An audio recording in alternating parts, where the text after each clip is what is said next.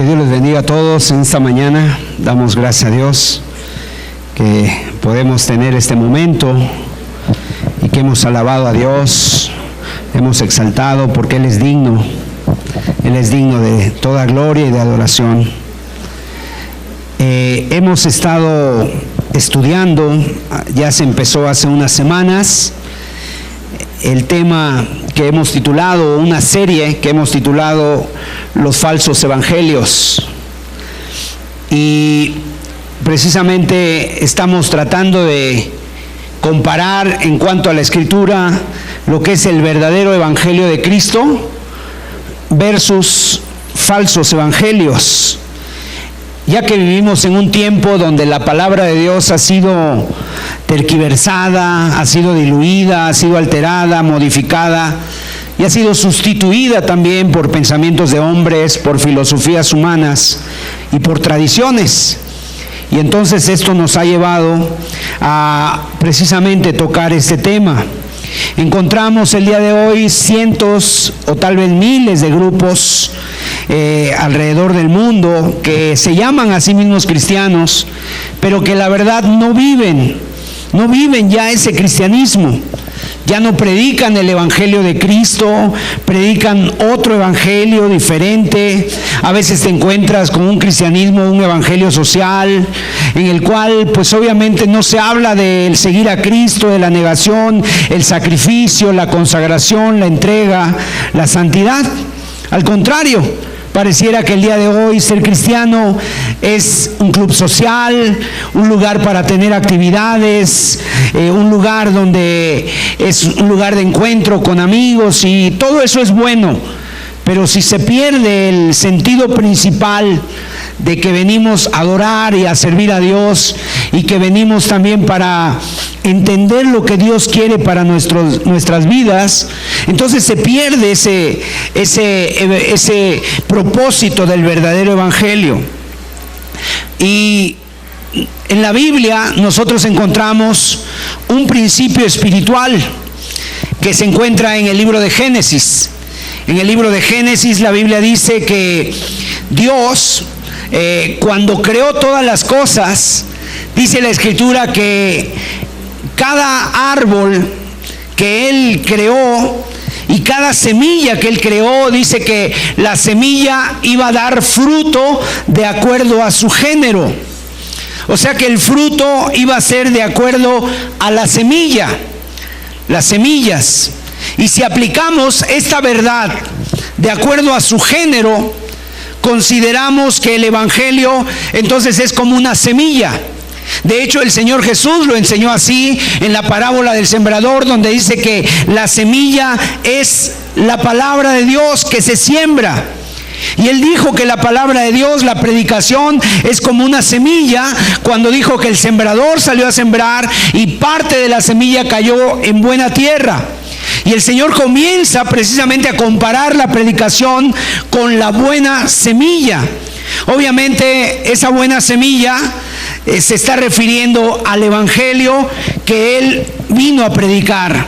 Ahora, ese principio natural, espiritual que les estoy mencionando, que cada semilla da fruto de acuerdo a su género, que cada árbol es de acuerdo a su género y el árbol va a dar fruto de acuerdo a su género, eso significa, traducido o trasladado al ambiente espiritual, que si una persona recibe el evangelio, pero ese evangelio no es el evangelio de Cristo, sino que es un evangelio diluido, rebajado, es un evangelio diferente al evangelio de Cristo, que no fue predicado ni por Cristo ni por los apóstoles, entonces esto quiere decir que cuanto el evangelio que no es puro, obviamente va a generar un fruto que no es el fruto del evangelio de Cristo.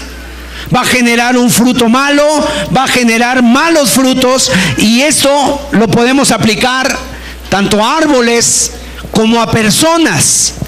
Y el fruto que nos está hablando aquí obviamente es la vida, el comportamiento, las acciones. Y hoy por eso tenemos el día de hoy tales y muchos testimonios de personas que se hacen llamar a sí mismas cristianos, pero no están dando ese fruto de acuerdo al verdadero evangelio, de acuerdo a la semilla que dicen haber recibido. Y entonces vienen malos testimonios en su trabajo, en la calle, en las casas, en la escuela, en la iglesia. ¿Por qué? Porque no han tenido ese evangelio puro, y si lo han recibido, pues no han tenido ese corazón bueno para recibirlo. Entonces tenemos, y se ha estado estudiando algunos falsos evangelios el día de hoy. Se ha estado estudiando el evangelio falso de aceptar a Cristo, lo que se llama también la salvación de proceso. Y hoy yo quiero referirme a un tema que es un tema que también es un falso evangelio, y es la predestinación. Es la predestinación.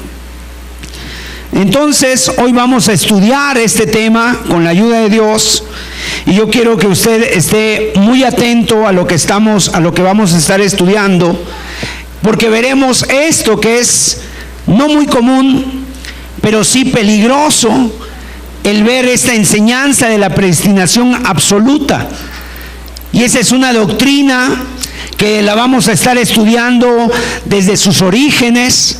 Vamos a estar estudiando quiénes fueron los padres o los maestros de esta doctrina de la predestinación. Así que antes de entrar de lleno al tema, pues yo les voy a invitar a que hagamos una oración, a que le pidamos a Dios y que el Espíritu Santo esté aquí con nosotros, ayudándonos. Vamos a cerrar nuestros ojos, vamos a inclinar nuestras cabezas. Padre Santo, que tu Espíritu Santo, Señor, a través de tu palabra, que es la única fuente de revelación, Señor, que tenemos, que sea la que nos aclare todas las cosas. Que tu palabra, Señor, sea la que abra nuestros ojos y nuestros oídos y nuestro entendimiento, para que sea desarraigada de nuestra mente y del corazón todo lo que estorbe, Señor, para la salvación que tú quieres y que has prometido para nosotros. Padre, te lo pedimos, Señor, ayúdanos a entender. Dame la gracia a mí para explicar este tema, Señor, en el nombre de Jesús. Amén. Amén. Algunas consideraciones antes de entrar a este tema, porque es importante recordar que la iglesia, históricamente hablando, la iglesia cristiana, siempre estuvo de acuerdo en las características de una persona cuando es una persona salva, independientemente si la salvación se perdía o no. Y esto era, por así decirlo, en quienes defendían ambas posiciones, y ahorita lo voy a estar explicando. Esta palabra, la palabra predestinación, que es una palabra que ciertamente aparece en la Biblia, aparece por lo menos en 4 ocasiones. En primer lugar aparece en Efesios 1:5, en Efesios 1:11, aparece en Romanos capítulo 2, capítulo 8, versículo 29, y es una palabra que ha causado una serie de controversias, una serie de discusiones y de malos entendidos. ¿Qué significa la palabra o qué significa predestinación? O sea, ¿hasta qué punto Dios controla nuestras vidas? ¿Podemos ser libres para tomar decisiones que marquen nuestro destino o no podemos ser libres para tomar decisiones? El cristianismo bíblico, conocemos que el ser humano va a enfrentarse con solo 2 destinos diferentes. Esos son los 2 destinos que hay para el ser humano: la vida eterna o la perdición eterna, el infierno. Entonces la pregunta que surge aquí es: ¿puede el ser humano decidir cuál va a ser su destino eterno? ¿Puedo yo como ser humano decidir cuál va a ser mi destino eterno, o es algo que ya está determinado para mí? La Biblia nos dice que la diferencia entre el cielo y el infierno radica solamente en la fe. en la fe que el ser humano ejerza, es decir, en una decisión que el ser humano hace por Cristo. Esa es la fe en Jesucristo. Pero entonces, ¿pueden todos los seres humanos tomar esta decisión? ¿Todo ser humano puede estar libre para tomar esta decisión? ¿O se encuentran algunos totalmente incapacitados de ir a Jesús debido a la naturaleza pecaminosa o a la culpa, como le llaman, el pecado original? ¿O entonces solamente Dios capacita a ciertas personas para que crean en Cristo y a los demás los deja que se pierdan? Son preguntas que surgen precisamente de este tema. Y cuando buscamos la respuesta en las páginas de las Escrituras, pues nos encontramos con gran cantidad de textos que nos hablan precisamente de la responsabilidad de las personas en la toma de decisiones. O sea, que las personas son responsables de tomar decisiones. Incluso se habla de que el propósito mismo de la Biblia, de la palabra de Dios, es que el ser humano crea en Cristo y creyendo en Cristo tenga vida eterna. Sin embargo, también nos encontramos con aquellos pasajes que utilizan este término predestinación. Y ahí precisamente en esos 4 versículos que hay en la Biblia empieza a crearse todo un pensamiento, toda una teología o toda una doctrina que parece dar a entender que solamente ciertas personas han sido elegidas por Dios desde antes de la fundación del mundo para ser parte de su pueblo. La verdad es que, como el mismo apóstol Pablo decía, profundidad de las riquezas, dice ahí en Romanos capítulo 11, verso 33 y 34, dice profundidad de las riquezas y de la sabiduría y del conocimiento de Dios. Cuán insondables son sus juicios e inescrutables sus caminos, porque ¿quién entendió la mente del Señor y quién fue su consejero?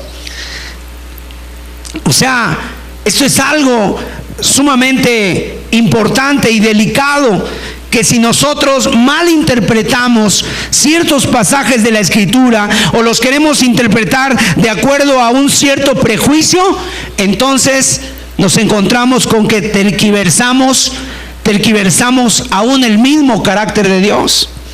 Y lo vamos a estar analizando precisamente. Vamos a estar analizándolo. Vamos a ver algunas diapositivas. La predestinación por decreto.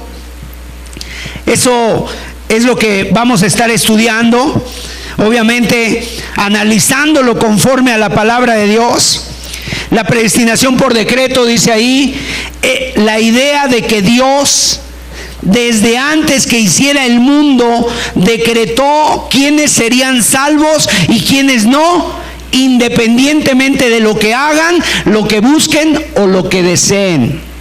Es lo que enseña esta predestinación por decreto. O sea que ya Dios, desde antes de que tú nacieras, decretó, independientemente de lo que tú hagas, lo que busques o lo que desees, quién se va a salvar y quién no. Y ese decreto, dicen ellos, se basa en la soberanía o el arbitrio de Dios, según quienes así lo entienden. En otras palabras, si usted irá al cielo o no, depende solamente de Dios, no de usted, sin importar lo que tú digas o lo que tú desees o lo que tú hagas. Eso es lo que enseña esta doctrina de la predestinación. Pero ¿cuál es el origen de esta doctrina? El siguiente, ¿cuál es el origen de esta doctrina? Y aquí es donde viene lo interesante. ¿Cuál es el origen de esta doctrina de la predestinación? ¿Quién fue, de alguna manera, el padre de esta doctrina de la predestinación? Bueno, tenemos ahí una imagen. Esta persona que está ahí en la pantalla se llama Agustín de Hipona, o San Agustín, así es como se le conoce en ciertos medios, en las iglesias. Y él es considerado uno de los más grandes exponentes y padre de la teología en muchos aspectos. Esta persona vivió allá por el año 354 y murió en el año 430 después de Cristo. En esa época también hubo otra persona que se le conoce como Jerónimo o San Jerónimo. Ahora, Agustín de Hipona, él no creía en el libre albedrío. ¿Qué es el libre albedrío? Es la decisión, la libertad que tenemos nosotros de tomar decisiones. Él no creía en esto, porque para Agustín de Hipona el hombre era malo en esencia. ¿Por qué? Porque él venía de otra corriente. Él venía de otra corriente, de los maniqueos, y entonces él decía que el hombre era malo en esencia y era imposible que el hombre eligiera el bien o eligiera el mal. Agustín era filósofo, era teólogo y además era historiador. Él escribió varios libros. Uno de sus más grandes libros fue un libro que se llama Confesiones. Y Jerónimo, que era un amigo de él, era un biblista y un exégeta. De hecho, Jerónimo fue el que tradujo al latín una Biblia que se llama la Vulgata Latina.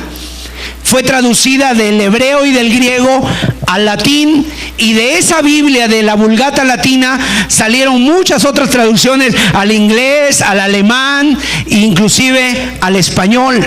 O sea, fueron personas que influenciaron mucho, muy fuerte en ese tiempo, y todavía la influencia sigue hasta el día de hoy.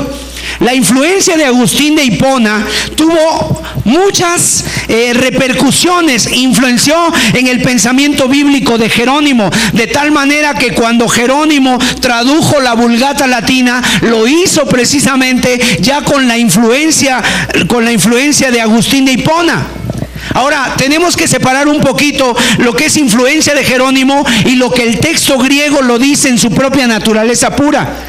¿Por qué? Porque precisamente esta persona, Jerónimo, tradujo esas palabras: predestinación. Y es ahí donde empieza a aparecer en la Biblia la palabra predestinación, pero en el griego, en el original griego, es una palabra predestinación que significa diferente a lo que él puso ahí en la Vulgata Latina. Ahora, este tema creo que es un poquito, es necesario poner mucha atención para que no nos perdamos, porque es un tema teológico, es un tema, la verdad, un poquito complicado para algunas personas, y porque estaremos recurriendo a la historia. Ahora, ¿qué enseña la doctrina de la predestinación? ¿Qué enseña esta doctrina? ¿Quiénes fueron los padres de esta doctrina? Quiero decirles que esto inclusive influenció también hasta siglos más adelante en lo que se llamó la reforma religiosa del siglo XVI. Un 70% o más de la influencia precisamente de la reforma fue influenciada por Agustín de Hipona. Un 70%, y un 30% de la influencia de la reforma es de otro teólogo llamado Arminio, Jacobo Arminio. Él creía en el libre albedrío y Agustín de Hipona no creía en el libre albedrío. Entonces, después en la reforma hubo varios personajes que seguramente algunos de ustedes han oído hablar. Uno de ellos fue Juan Calvino, y el otro de ellos fue Ulrico Zwinglio. Él fue de allá de Suiza, y Juan Calvino era francés. Ahora, sin embargo, a ellos se les atribuye como los padres de la predestinación, pero realmente el padre de esta doctrina fue Agustín de Hipona entre los siglos 4 y 5. Ahora, ¿dónde se inspiró Agustín para formular esta doctrina que el día de hoy es muy aceptada entre los círculos protestantes? Bueno, el padre de la doctrina de la predestinación es él, Agustín de Hipona. Agustín era más que un teólogo, fue un filósofo. Fue un filósofo. El creador, él cristianizó el pensamiento de uno de los filósofos más grandes de la antigua Grecia, Platón. Platón fue un filósofo griego de antes de Cristo, pero en el tiempo de Agustín todavía estaba la influencia de Platón, y ahora se le llamaba como una nueva versión, por así decirlo, de su filosofía. Ahora se le llamaba el neoplatonismo. Y ahorita vamos a estar un poquito viendo qué significa eso. El pensamiento entonces de Agustín es un pensamiento platónico cristianizado. O sea, lo que pensaba Platón, Agustín le gustó ese pensamiento y lo trató de cristianizar, lo trató de llevar precisamente a la cristiandad. Y esto da a entender que el padre de la predestinación, entonces, no hay que encontrarlo solamente en Agustín, hay que encontrarlo en Platón, con las escuelas griegas. Platón era un filósofo que fundamentó ese pensamiento no desde la teología, porque él no era cristiano, sino desde la filosofía, y esa es la clave, por así decirlo, para entender de dónde viene esto. Platón tiene un libro que se llama La República, y en el último capítulo del libro de la República hay un tratado que se llama El mito de la caverna. Y en ese pequeño tratado es, por así decirlo, donde Platón elaboró la filosofía del conocimiento, o lo que se le conoce en las escuelas como la epistemología. Y es ahí donde presenta su postura filosófica que Agustín cristianizó. ¿En qué creía Platón? Para que vamos a ir entendiendo un poquito esto. Platón era un dualista. Es decir, él creía en dos mundos. El mundo de las ideas, que era el mundo espiritual, que era un mundo ideal, era el mundo perfecto, el mundo de las ideas. Y él también creía en otro mundo, el mundo material, que era el mundo físico. Para Platón, por ejemplo, el mundo de las ideas era el mundo perfecto. Él estaba en contra de todo lo físico, de todo lo material. El mundo de las ideas era el mundo de la espiritualidad perfecta, donde todo era perfecto. Pero también para Platón había un mundo imperfecto, un mundo material que era muy imperfecto, y es por eso que la influencia de Platón llevó a muchos pensadores, incluso esto se coló en el cristianismo, a tener un desprecio por la materia, a un desprecio por el cuerpo, a un desprecio por lo físico, y solamente a adorar lo espiritual.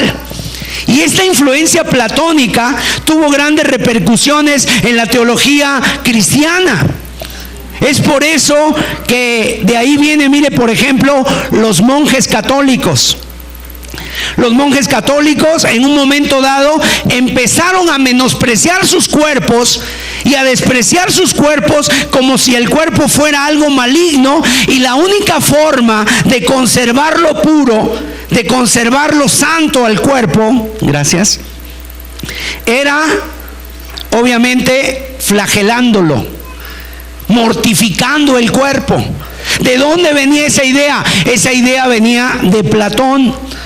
¿Para qué? Para que al golpear tu cuerpo, y literalmente los monjes lo golpeaban, se acostaban sobre camas de cristales, se acostaban sobre camas de clavos, se golpeaban con látigos o sobre espinas. ¿Por qué? Porque querían mortificar el cuerpo, flagelando el cuerpo para que su alma fuera pura y no pecara. Ahora, esto no fue una influencia del judaísmo, ni fue una influencia de los ascetas, sino que esto se metió a través de Agustín de Hipona al cristianismo, pero el pensamiento venía de Platón. Y aquí nació el concepto de hombre de Platón. Para Platón el hombre era un compuesto, no una unidad. O sea, el hombre se compone para Platón de una idea perfecta. Y aquí se creó una idea que decía, de Platón, por ejemplo, él decía que antes de nacer ya las almas existían con Cristo. Eso fue lo que después cristianizó Agustín de Hipona, que ya las almas antes de nacer existían. Que cuando un niño nacía era porque Dios bajaba el alma de ese niño y lo bajaba a un cuerpo. Platón le llamaba el topus urano. Y eso seguramente ustedes los han escuchado, sobre todo en las escuelas, la preparatoria, de ahí te enseñan todo esto. Y entonces, cualquier hombre ya existía antes de nacer y existía en el mundo de las ideas.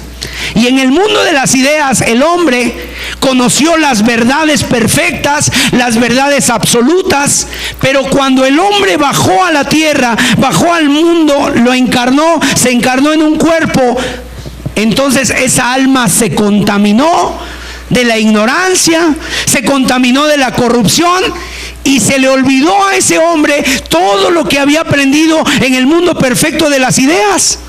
Y entonces comienza una caminata, Platón le llama reminiscencia, y empieza a tratar de volver a conocer lo antes conoció. Pero el cuerpo le nubló, el cuerpo le tapó, el cuerpo le corrompió, y entonces el hombre se volvió ignorante y corrupto. Ahora, esto quiero decirles que estoy explicando ahorita, es un contexto histórico para que ustedes entiendan de dónde viene esta doctrina de la predestinación, pero esto no es bíblico. Solamente estoy tomando lo que Platón decía. O sea, lo que Platón está enseñando es una especie de predestinación. Ya las almas existían antes, la preexistencia. Ahora, ¿qué decía él? El alma tiene que regresar al nuevo mundo de las ideas. ¿Y cuándo se da esto, que el alma regresa al mundo de las ideas? Con la muerte, cuando el hombre muere. Y precisamente cuando regresa al mundo de las ideas, o sea, lo que está planteando Agustín de Hipona, que fue lo que tomó de todos los pensamientos de Platón, fue que el hombre tenía que regresar de nuevo de donde vino, o sea, tenía que regresar a las almas, a Dios. Cuando el hombre está encarnado en el cuerpo, tiene que despreciar el cuerpo, porque el cuerpo es sinónimo de ignorancia, es sinónimo de corrupción, y hay que buscar las verdades espirituales, porque ellas son las que llevan al cielo al hombre. Ese era el dualismo que este hombre enseñaba, y Agustín de Hipona tomó todos esos pensamientos y les dio un sentido cristiano. Agustín dijo: el hombre es puro espíritu, el cuerpo es malo. Para Agustín, el cuerpo es malo. Todo lo que el hombre haga, o sea, si el hombre, por ejemplo, se ríe por algo, eso es malo. Por eso la Iglesia Católica, inclusive el sexo en el matrimonio es malo. Inclusive en algunos monjes tomaron esta idea de que reírse era malo, y no se reían. ¿Por qué? Porque todo lo que provocaba placer era malo. ¿De dónde vino eso? Lo tomó Agustín de Hipona de las ideas de Platón, no de la Biblia.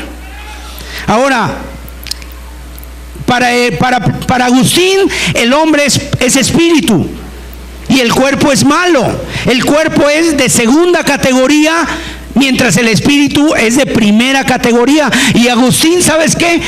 Tuvo que luchar siempre con el problema de la castidad.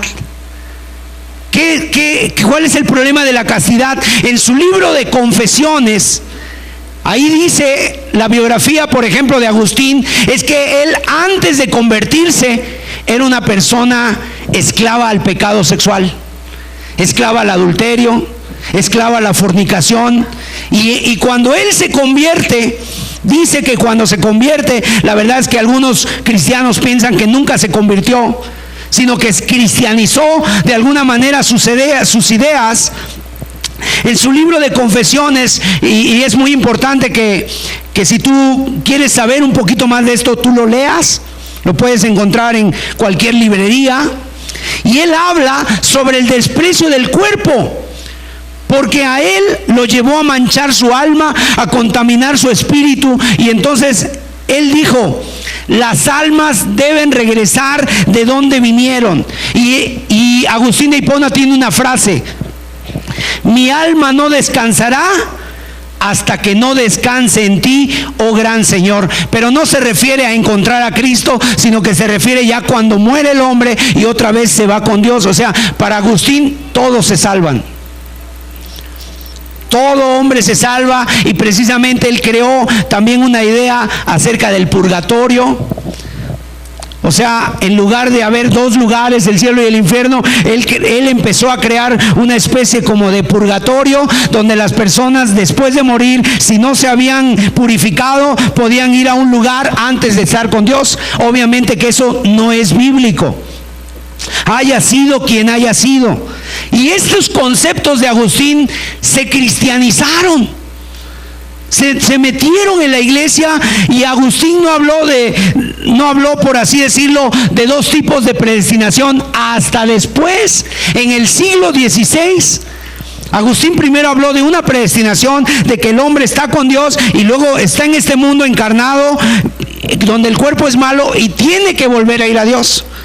Pero los reformadores, Juan Calvino y Ulrico Zwinglio, hablaron de una segunda predestinación. Y es donde se complica todo y se hace grave esto.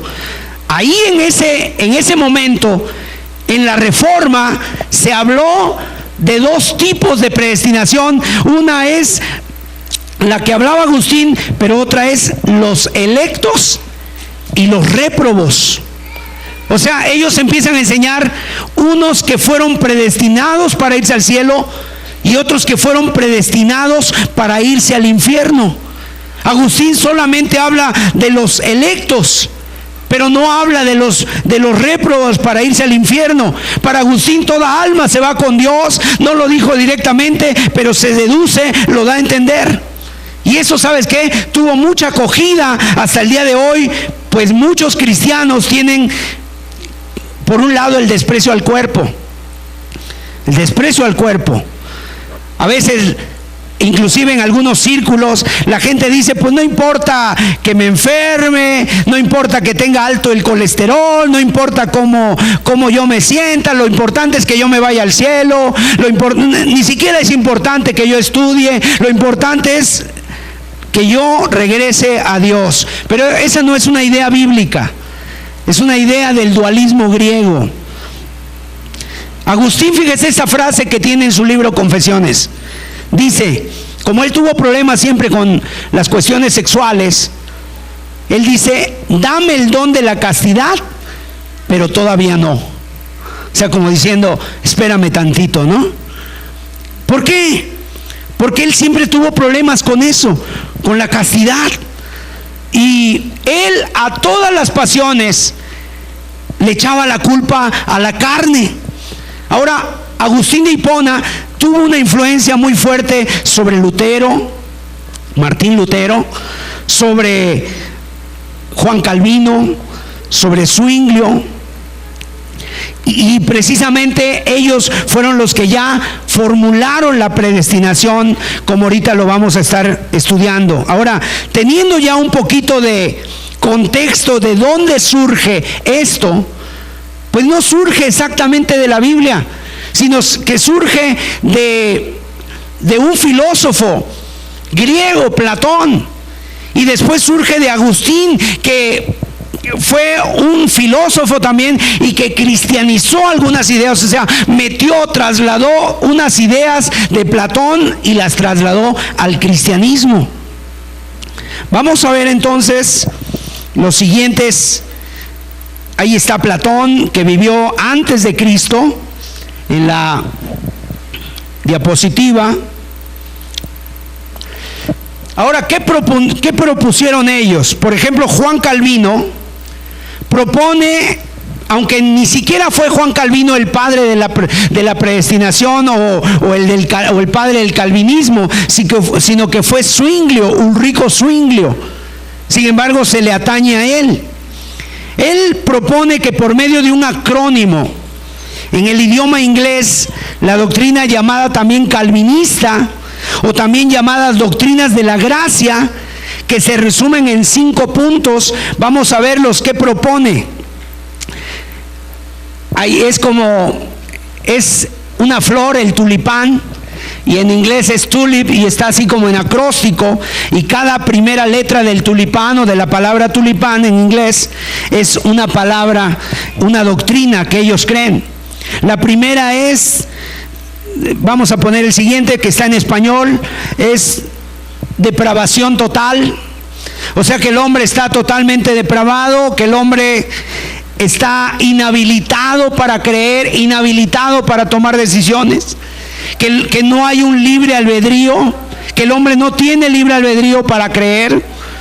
El segundo punto es la elección incondicional. La elección incondicional. El tercero es el sacrificio limitado, que esto habla de que Cristo no murió por todos los hombres, sino solamente murió por los electos, por los elegidos. El cuarto es la gracia irresistible, que tiene que ver con que a los que Dios ordenó para vida o a los que Dios ya eligió para salvación, van a creer. En un momento van a tener que creer, o en un momento hagan lo que hagan, aunque no quieran, como ya están elegidos, la gracia va a ser para ellos irresistible. Y la quinta palabra, la P, que es perseverancia de los santos, se habla de que cuando una persona ya es salva, ya no se puede perder porque ya es salva. Y esto propone, y es muy largo y muy amplio el tema, que nos llevaríamos varios, de hecho vamos a tomar varios domingos para estar hablando de esos temas. Probablemente no se abarquen todos, pero por lo menos vamos a ir abarcando. El día de hoy, con la ayuda de Dios, yo quiero abarcar por lo menos 2 puntos. Ya vimos de dónde surge esta doctrina. Vimos que surge la siguiente, vimos que surge de los maniqueístas griegos, el dualismo gnóstico, donde decía que lo material es perverso y pecaminoso, y las cosas de la mente y el alma son puras. Eso era lo que decía Platón. Él pensaba en el dualismo, donde hay un hombre que lo espiritual es puro, perfecto, viene del mundo de las ideas, pero el mundo material es un mundo perverso y pecaminoso. ¿De dónde surge esta doctrina? En la práctica, el maniqueísmo niega la responsabilidad humana por los males cometidos, porque no cree que son producto de la libre voluntad, sino del dominio del mal sobre nuestra vida. Y de aquí proviene una parte de la doctrina de la predestinación o elección incondicional. ¿De dónde surge esta doctrina? Bueno, ya vimos que los griegos manejaban en su mitología las decisiones fatalistas y arbitrarias de los dioses del Olimpo. Seguramente a alguien, tal vez que fue a la preparatoria, le dejaron leer a Aristófanes, que era un escritor griego, y él hablaba de las tragedias de Edipo. Las tragedias de Edipo. Edipo es un personaje de una de esas tragedias que es conocido porque sus padres van a un oráculo un día, van a un oráculo en un templo, y en el templo les dicen que no tengan hijos, porque si lo tienen, ese hijo va a terminar matando a su padre y casándose con su madre. Y ellos desobedecen al oráculo, finalmente tienen el hijo, y para decir, bueno, que no se cumpla esto, lo mandan lejos, pero lo mandan lejos para deshacerse de él, pero al paso del tiempo se va cumpliendo esto, o sea, se va cumpliendo eso tal como el oráculo se los había dicho. Por eso se llama, se conoce también ese síndrome como el mal de Edipo, cuando de alguna manera un hijo o una madre se enamoran. Y en ese contexto es que Agustín lee la palabra predestinación, o sea, todo lo trajo de, por así decirlo, de la cultura griega. Ah, hay predestinación allá, todo ya está escrito. Entonces lo trasladó a la Biblia y lo traslada al concepto, ese concepto griego lo traslada a la Biblia, y es de ahí de donde surge esta doctrina. Ahora, ¿qué es la predestinación por decreto? Ya lo vimos hace rato, lo vamos a volver a ver. Aquí es donde viene la idea de que Dios, desde antes que formase el mundo, decretó por su soberanía quiénes serían salvos y quiénes serían perdonados. Quiero decirles que antes, cuando la iglesia cristiana empezó, este pensamiento ni por aquí les pasaba. No se tenía para nada este pensamiento. Por eso vemos que el apóstol Pablo andaba predicando por todos lados. El Señor Jesucristo dijo: id y predicad el evangelio a toda criatura. No tenían esos pensamientos. ¿Por qué? Porque si lo hubieran tenido, o si hubiera sido un pensamiento de Dios, hubiera dicho: id y predicad el evangelio a los elegidos solamente. Y el apóstol Pablo se hubiera abstenido. A ver, vamos entonces, antes de predicar el evangelio, vamos a orar a ver quién ha sido elegido y quién no. ¿Y cómo yo puedo saber quién es un elegido y quién es un réprobo? ¿Cómo puedo yo saber en este auditorio quién se va a salvar y quién se va a ir al infierno? Y tal vez diga alguien: bueno, por sus frutos. Pero si una persona ha caminado en Dios muchos años y en un momento tiene un tropiezo o tiene una caída, entonces esa persona, ¿qué pasa? Entonces se va a perder. No era verdadero el elegido. Y entra una serie de conflictos y que precisamente dañan en cierto sentido el carácter de Dios. Mire usted, Dios tiene un carácter completo. Dios tiene un carácter completo. El carácter completo de Dios: Dios es amor, Dios es santo, Dios es justo, Dios es misericordioso. Si nosotros pusiéramos el carácter de Dios, por así decirlo, y lo pudiéramos poner en colores, que sería como un arco iris, donde el arco iris tiene los colores bien definidos, así sería cada uno el color. Cada color sería acerca del carácter de Dios. La misericordia sería un color, el amor sería otro color, la santidad sería otro color, y así cada uno de ellos.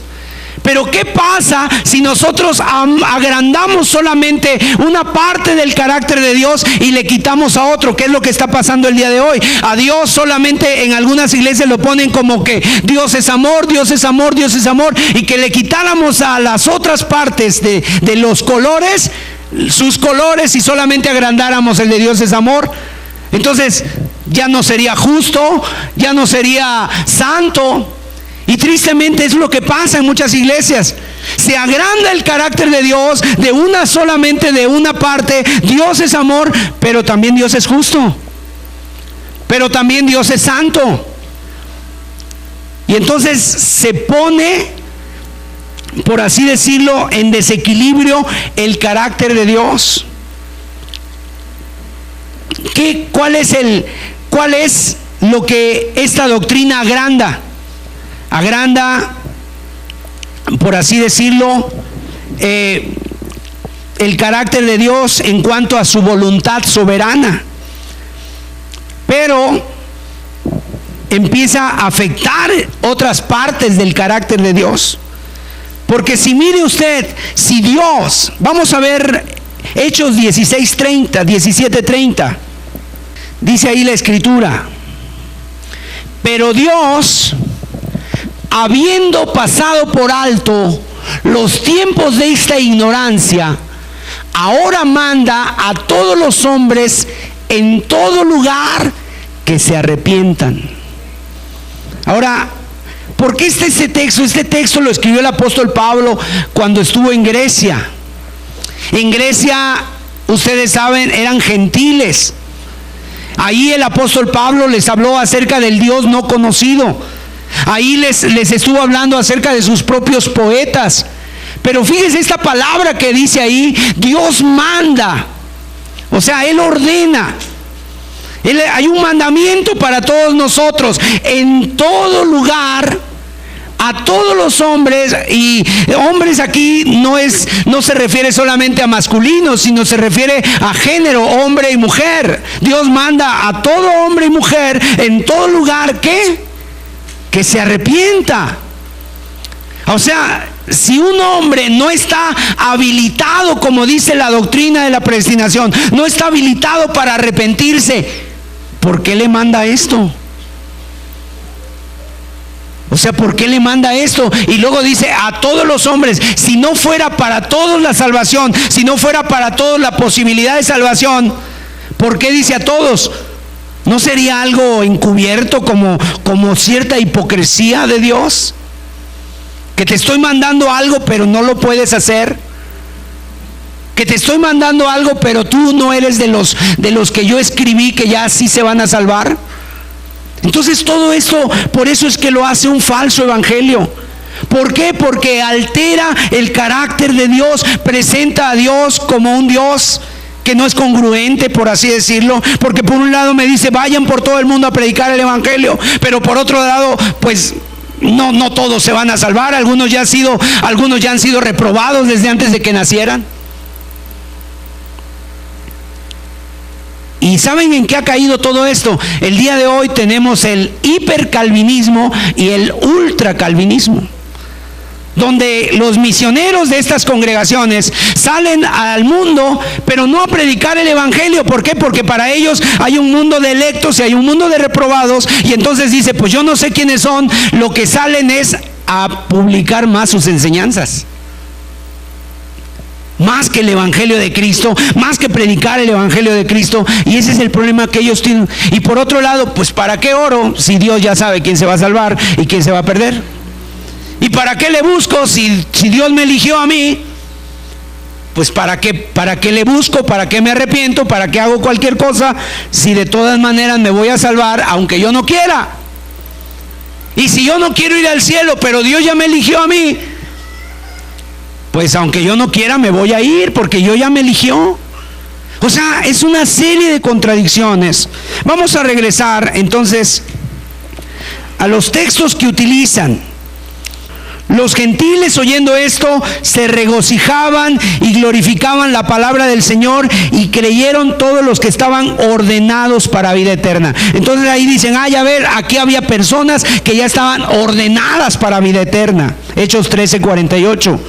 Pero la palabra en el original griego aquí lo que está diciendo, los que habían dispuesto su corazón. Los que habían dispuesto su corazón. En la parábola del sembrador, el Señor habló de un corazón que da fruto al 30, al 60 y al 100 por uno. ¿En qué consiste ese corazón? En personas que oyen, entienden y ponen por obra. Esa es la clave para dar fruto: oír, entender y obedecer la palabra de Dios. En primera de Pedro 1:2, otro texto que utilizan, elegidos según la presciencia de Dios Padre, en santificación del Espíritu, para obedecer y ser rociados con la sangre de Jesucristo, gracia y paz os sean multiplicadas. La presciencia de Dios, o sea que Dios en su sabiduría, Él conoce desde antes. Hechos 2, 22 y 23. Varones israelitas, oíd estas palabras: Jesús Nazareno, varón aprobado por Dios entre vosotros con las maravillas, prodigios y señales que Dios hizo entre vosotros por medio de él, como vosotros mismos sabéis. A este, entregado por el determinado consejo y anticipado conocimiento de Dios, prendisteis y matasteis por manos de inicuos, crucificándole. Romanos 8, 29, 28 y 29. Y sabemos que a los que aman a Dios todas las cosas les ayudan a bien. Esto es, a los que conforme a su propósito son llamados, porque a los que antes conoció también los predestinó para que fuesen hechos conformes a la imagen de su Hijo, para que Él sea el primogénito entre muchos hermanos. Y a los que predestinó, a esos también llamó, y a los que llamó, a esos también justificó, y a los que justificó, a esos también glorificó. Pero fíjense aquí, en este pasaje, más que la palabra predestinación, la palabra clave aquí es, ¿para qué dice? Para que fuesen hechos conformes a la imagen de su Hijo. Ese es el punto importante. O sea, el punto importante es para ser como Jesús, para ser como Cristo. Para eso nos llamó Dios. ¿Cuál es el ejemplo? ¿Cuál es el modelo para nosotros como cristianos? Es Cristo Jesús. Entonces, si una persona, nada más por el hecho de que cree que es elegida, pero no vive conforme a la imagen de su hijo, pues obviamente esa persona, aunque diga que es elegida, pues no lo es. ¿Por qué? Aquí dice la Escritura que fuimos llamados para ser conformes a la imagen de su hijo. Esa es la clave. Vivir siguiendo el ejemplo del Señor Jesucristo. Ahora, así como Dios es soberano para hacer cosas, también Dios en su soberanía quiso que el hombre puede decidir. Es parte de la soberanía de Dios. Mire, por ejemplo, imagínese que una persona, lo que decía Calvino también, era que Dios había elegido a ciertas personas para ser asesinos, criminales, etcétera. Pero la Biblia dice que Dios no puede ser tentado por el mal, ni tampoco Él tienta a nadie, es lo que dice Santiago 1:13. Nunca va a llevar a pecar a nadie, ni lo tienta. Porque Dios no es injusto, Dios no puede cometer injusticias. Aunque Dios puede hacer todas las cosas, hay cosas que Dios no puede hacer. Por ejemplo, Dios no puede pecar porque Él es santo. Dios no puede mentir porque Él es verdadero. O sea, hay cosas que Dios no puede hacer. ¿Por qué? Porque van en contra de lo que Él es, de su carácter. Él no puede mentir. Mire, Números 23:19. No puede mentir Dios.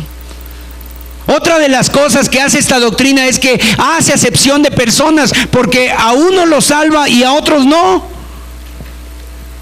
Por la elección de Dios, dicen ellos. Pero una de las cosas que Dios no puede hacer es, Él no hace acepción de personas. Y hay varios textos que hablan de ello. Mire, Deuteronomio 10:17, Segunda de Crónicas 19:7, Job 34:19, etcétera. Hay varios textos que pudiéramos revisar, que pudiéramos leer. Dios no puede cometer arbitrariedades, como cargar los pecados o deudas de los padres sobre los hijos. Y eso es lo que enseña la doctrina del pecado original, que el pecado de Adán lo seguimos cargando nosotros. Dios no puede hacer contrasentidos. ¿Qué quiere decir esto? No puede hacer un triángulo cuadrado, ya no sería triángulo. Ahí a veces te encuentras con personas que te dicen, a ver, tu Dios es todopoderoso. Sí. Tú le dices, sí, mi Dios es todopoderoso. A ver, entonces que Dios haga una piedra tan grande, tan grande, tan grande. Dios puede hacer una piedra muy grande, muy grande, muy grande, más grande que Él, y que después ya no la pueda cargar ni Él mismo. Como que te tratan de poner, por así decirlo, hacer un contrasentido. Mire, Dios lo puede hacer, pero también yo tengo un Dios que es inteligente y Él no va a hacer ese tipo de cosas. O sea, no va a hacer tonterías sin sentido. ¿Sí me está comprendiendo? ¿En qué se basan para decir, por ejemplo, acerca de la predestinación? Mire, Romanos capítulo 9, verso 13 al 26. Ahí está en el texto. Como está escrito, a Jacob amé, mas a Esaú aborrecí. ¿Qué pues diremos? ¿Que hay injusticia en Dios? En ninguna manera. Pues a Moisés dice, tendré misericordia del que yo tenga misericordia y me compadeceré del que yo me compadezca. Y ellos traducen que aquí, donde dice a Jacob amé, mas a Esaú aborrecí, dicen pues es que a uno se salvó y otro se perdió. Pero no fue por una elección, sino fueron por las decisiones que tomó Esaú. ¿Qué hizo Esaú, por ejemplo? Vendió su primogenitura, ¿cierto o no? Menospreció la primogenitura. Otra de las cosas que hizo Esaú fue y se casó con mujeres extranjeras porque sabía que eso hacía enojar a su padre. Pero también Esaú fue tratado por Dios, y en un momento dado, cuando su hermano se alejó y que él lo quería matar porque su hermano le robó la primogenitura, le robó la bendición con su padre Isaac. Pero después Esaú, cuando se reencontró con su hermano Jacob, se arrepintió, o sea, se abrazaron y lloraron y lo perdonó. Entonces, ¿a qué se refiere esto? Se refiere a que Dios de Jacob tomó al pueblo de Israel, pero porque Dios sabía las decisiones que iba a tomar Esaú, pero no fue de una manera arbitraria. Romanos 9, verso 13 al 26, otra de las cosas que dicen, Romanos 9, 13, porque la Escritura dice, es el siguiente: a Faraón, para esto mismo te he levantado, para mostrar en ti mi poder y para que mi nombre sea anunciado por toda la tierra, de manera que de quien quiere tiene misericordia y al que quiere endurecer, endurece. Pero me dirás, ¿por qué pues inculpa? Porque ¿quién ha resistido a su voluntad? Más antes, oh hombre, ¿quién eres tú para que alterques con Dios? Dirá el vaso de barro al que lo formó, ¿por qué me has hecho así? Ahora, aquí dice que Dios endureció a Faraón y le dice: para esto te he levantado, para mostrar en ti mi poder. Ahora, hay que entender quién era el faraón. ¿Sabes? Los faraones se creían Dios. Los faraones se creían Dios. De hecho, por su dedo, así como los césares y tantos otros gobernantes, se creían dioses. Y cuando Moisés viene por primera vez a Faraón y le dice: Jehová, el Dios de los hebreos, te ha mandado que dejes salir a su pueblo, ¿sabes qué dijo el Faraón? ¿Y quién es Dios para que yo le haga caso? ¿Quién es Dios para que yo le haga caso? Yo no. O sea, como diciendo: aquí el único Dios soy yo. Aquí el único Dios soy yo, y yo no le voy a hacer caso a ese Dios. A ver, y entonces haz de cuenta que Dios dijo: bueno, él se cree Dios, pues vamos a demostrar quién es el verdadero Dios. Y entonces, ¿qué hacía Dios? Mandaba unas plagas, y el faraón al principio, por ejemplo, la plaga de la sangre y otra plaga que hubo, él mandó a sus hechiceros y empezaron a hacer lo mismo. Empezaron a hacer lo mismo, a pintar de rojo el agua para decir también es sangre. Pero después ya los hechiceros ya no pudieron. Pero el faraón se seguía endureciendo porque su corazón se ablandaba, y al ver todo lo que estaba pasando en Egipto decía: sí los voy a dejar ir. Pero después otra vez se endurecía su corazón, decía: no, es que yo soy Dios. ¿Cómo me va a poner más ese Dios que a mí? Yo soy Dios. Y entonces era una lucha, era una ferre, era como un capricho del faraón que se estaba endureciendo para no dejar ir al pueblo de Israel. Y tú sabes que cuando los israelitas ya querían, Dios les había dicho que iban a ser libres, el faraón se endurecía más con ellos y les dice: pues ahora, para que se les quite, les voy a pedir les voy a hacer que hagan el doble de trabajo, y no les voy a dar la paja. Ustedes tienen que ir a cortar la paja y tienen que hacer el trabajo. O sea, y se endurecía con ellos y los golpeaban y los maltrataban. De tal manera que hasta los mismos israelitas ya también le decían a Moisés: Moisés, ya para esto, mira, hay una lucha entre Dios y el faraón, pero a los que nos va mal es a nosotros. Sin embargo, el faraón seguía endureciéndose, o sea, él se endurecía voluntariamente, hasta que llegó un momento en cuando ya vinieron las plagas más fuertes, donde todos los consejeros y todos los grandes de Faraón venían con él y le decían: ¿no te has dado cuenta cómo ya está destruida la tierra de Egipto? ¿Hasta cuándo ya vas a dejar ir a este pueblo? O sea, todos le aconsejaban. Y entonces ya en un momento dijo: sí, está bien, ya Moisés, vete con tu gente, váyanse. Pero después se volvió a endurecer, Inclusive hasta le pedía a Moisés: Moisés, ora por mí. Cuando su corazón se doblegaba: ora por mí, Moisés, ora que Dios quite, que tu Dios quite las plagas. Pero después se volvió a endurecer y dice: no los voy a dejar ir, y voy a ser más duro con ellos. Entonces llegó un momento en que Dios dijo: bueno, ¿quieres ser duro? Entonces vas a ser duro, y ahora sí vas a recibir hasta las últimas consecuencias. ¿Y cuál fue la última plaga que mandó Dios a Egipto? La muerte de los primogénitos, donde murió el mismo hijo del faraón. Y aún así todavía se endureció más. Y cuando el pueblo de Israel ya sale libre y van en el desierto, Dios hizo un milagro, ¿verdad? Que pasaron por el Mar Rojo en seco, y el faraón se volvió a endurecer y fue con su ejército cruzando el Mar Rojo. Pero después Dios soltó las aguas y ahí se ahogaron todos. Muchos se ahogaron. Entonces, no fue tanto que Dios lo quisiera endurecer, fue que Él se endureció, se obstinó, y en un momento dado dijo: pues ahora sí vas a recibir todo mi poder, vas a ver todo mi poder. Y esto sirvió, como dice Romanos 9:13, 9:22. Dios, queriendo mostrar su ira y hacer notorio su poder, soportó con mucha paciencia los vasos de ira preparados para destrucción. O sea, porque en un momento dado Dios tuvo mucha paciencia con Faraón? Porque en un momento, al primero, pudo haber acabado con él, ¿cierto o no?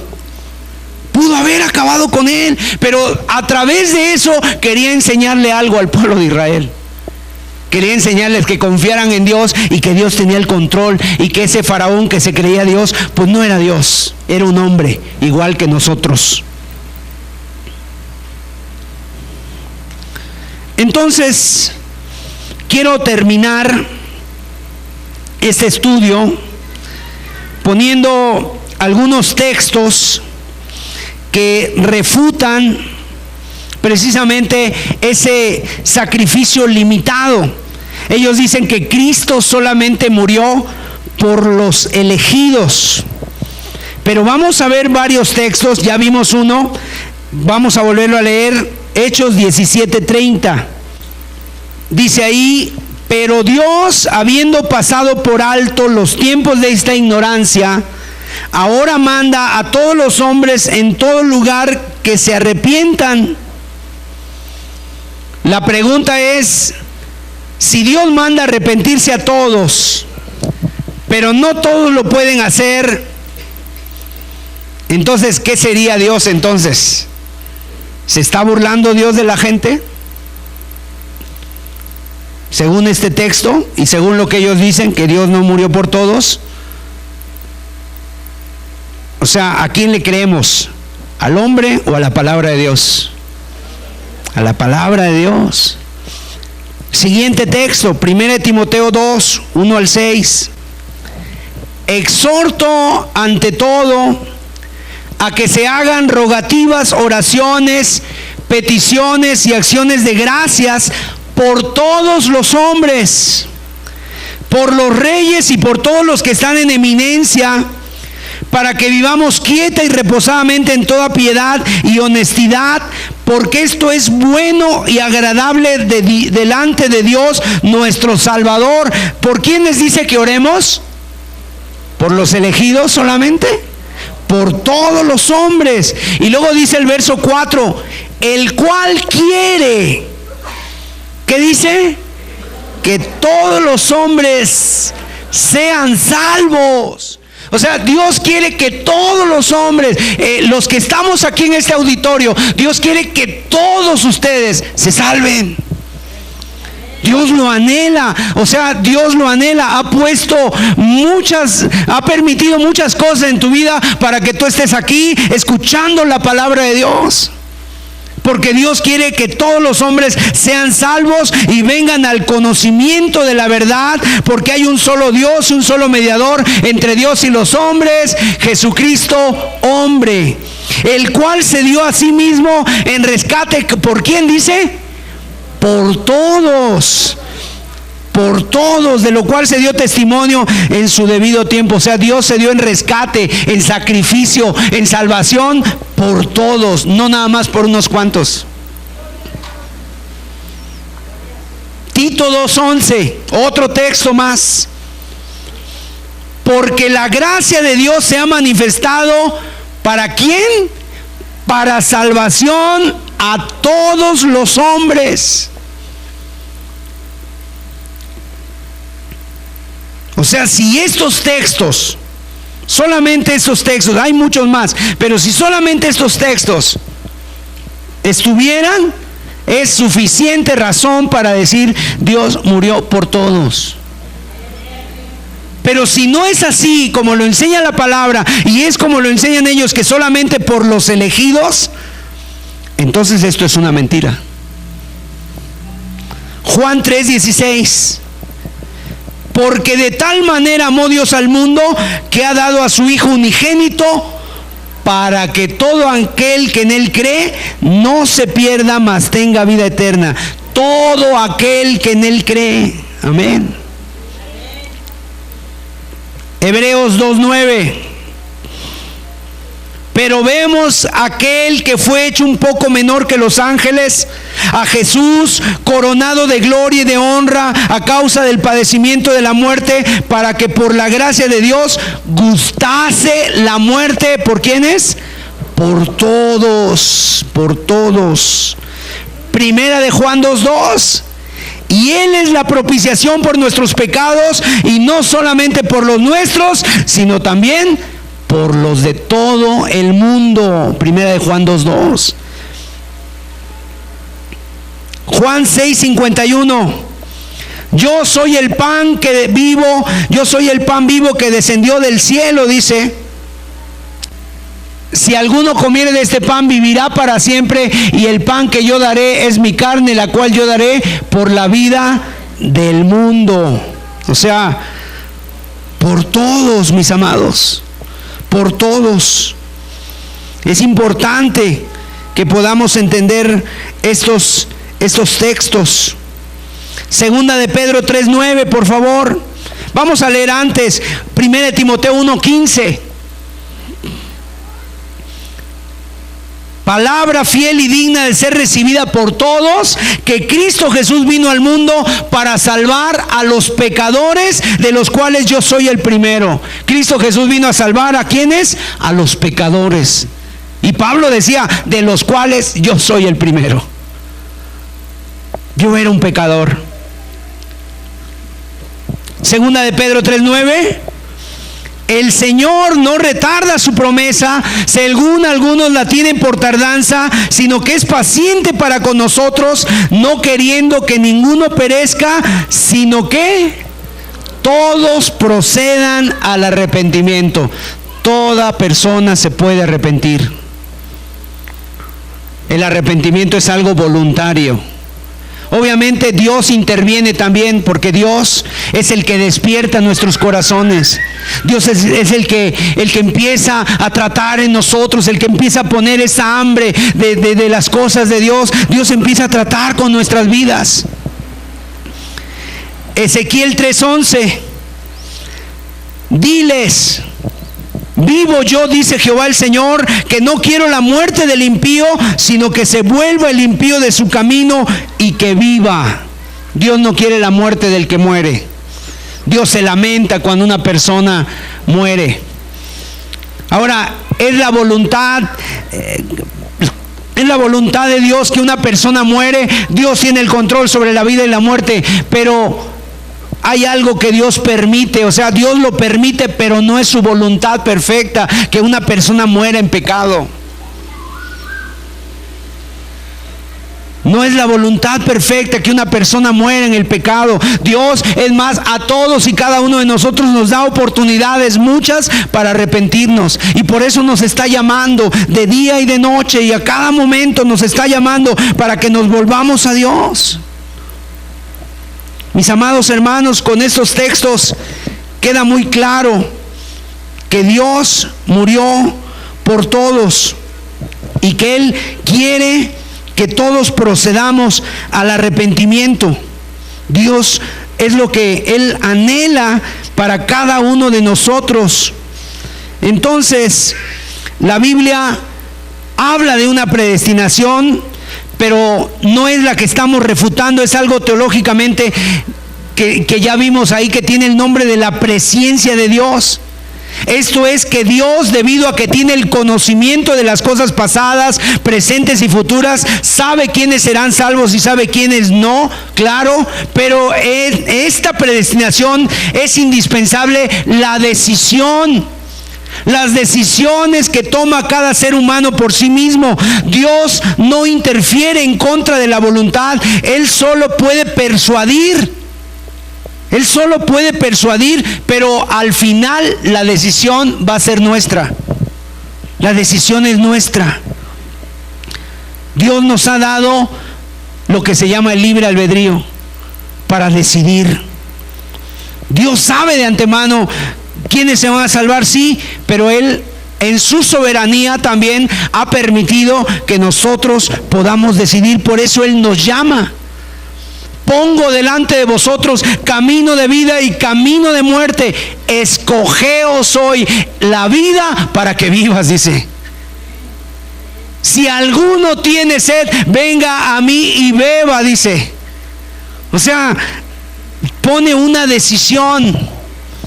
Finalmente, ¿cuáles son los peligros de esta doctrina? Las consecuencias de creer en la predestinación absoluta, sinceramente, son devastadoras. ¿Para qué predicar si de todos modos Dios va a salvar a los predestinados? ¿Para qué me apresuro a buscar a Dios si soy predestinado y a su tiempo Dios me salvará? Entonces, ¿para qué me preocupo de obedecer a Dios si soy elegido de todas formas me voy a salvar? Yo soy salvo, siempre salvo, haga lo que haga. O sea, imagínate, de la mente de quién provendrán semejantes pensamientos. Predicar el evangelio a los que no son predestinados sería una crueldad. Porque si alguno pensara, yo quiero eso, pero si está predestinado para la condenación, no lo podrá tener. Entonces es como una burla para esa persona. ¿Cuáles son sus frutos?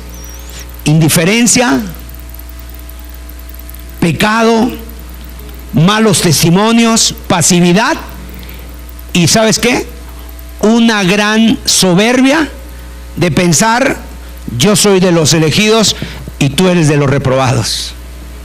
Qué tremendo, ¿no? Y en lugar de tener amor por el prójimo, en lugar de tener amor por los perdidos, se hace un grupo como elitista, se hace un grupo como selecto, como una elección solamente de los altos, por así decirlo, y todos los demás allá a un lado.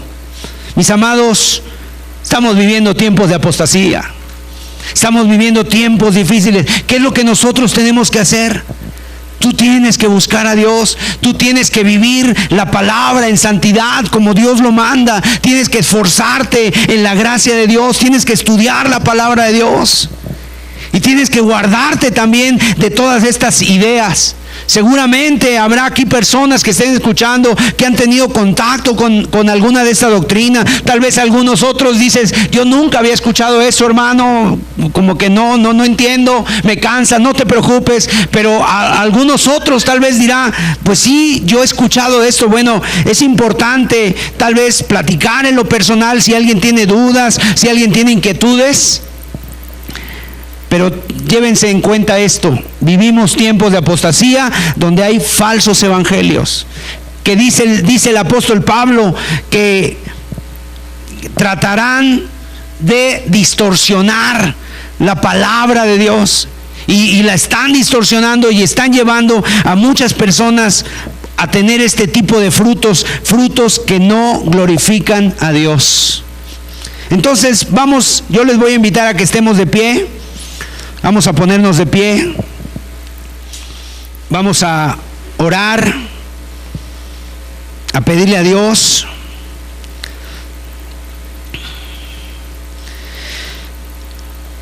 y a darle gracias porque Dios nos ha dado su palabra y porque Dios quiere que todos los hombres sean salvos. O sea, Dios anhela y Dios desea una cosa: que todos los que estamos aquí seamos salvos.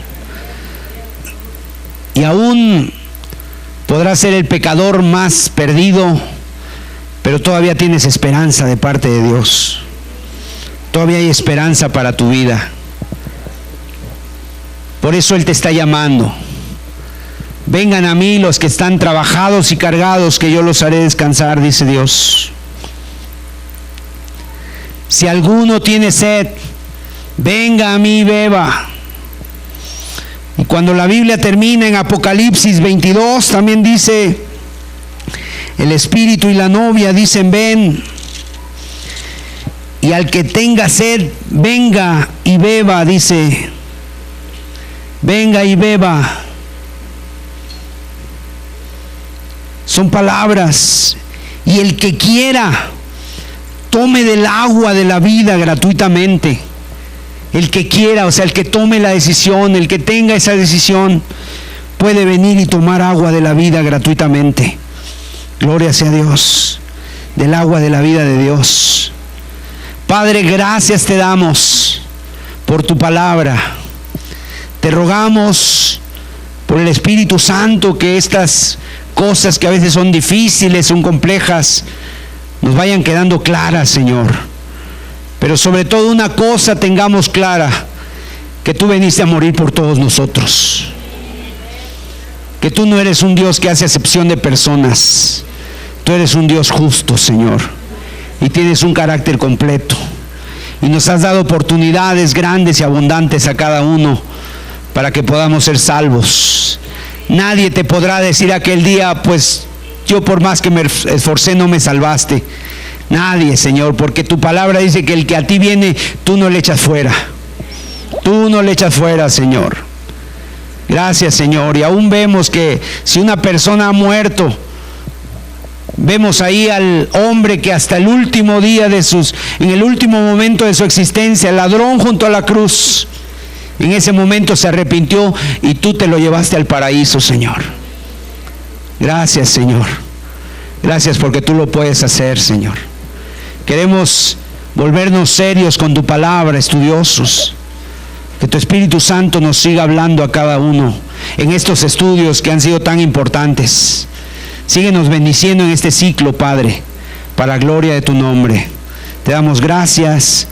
Bendice a las familias, ayúdalos en esta semana. Estate tú con ellos, Señor, en el nombre de Jesús de Nazaret. Amén, Señor. Amén. Amén. Pues que Dios les bendiga a todos. Terminamos la reunión, estamos despedidos y estamos para servirles.